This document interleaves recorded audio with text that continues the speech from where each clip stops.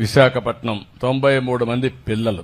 ఒకతను చర్చి పేరుతో వాళ్ళు ఇచ్చేసి దగ్గర ఆర్ఫన్స్ ని, పేదవాళ్ళని ఒక 93 మంది చేర్పించారు. సరి అయిన శ్రద్ధ తీసుకోకుండా ఒక డిన్నర్ పెట్టి పేరెంట్స్ కూడా పిలిచి వాళ్ళకి సరైన భోజనం అంటే మామూలుగా చెక్ చేసుకోకుండా అందరూ 9 చనిపోయే పరిస్థితికి వచ్చారు. చాలా బాధేస్తుంది. నేను ఒకటే చెప్తున్నా, ఎవరైనా సరే ఒక మంచి కార్యక్రమం చేయాలన్నా బాధ్యత తీసుకునే బాధ్యత మీ మీద ఉంది.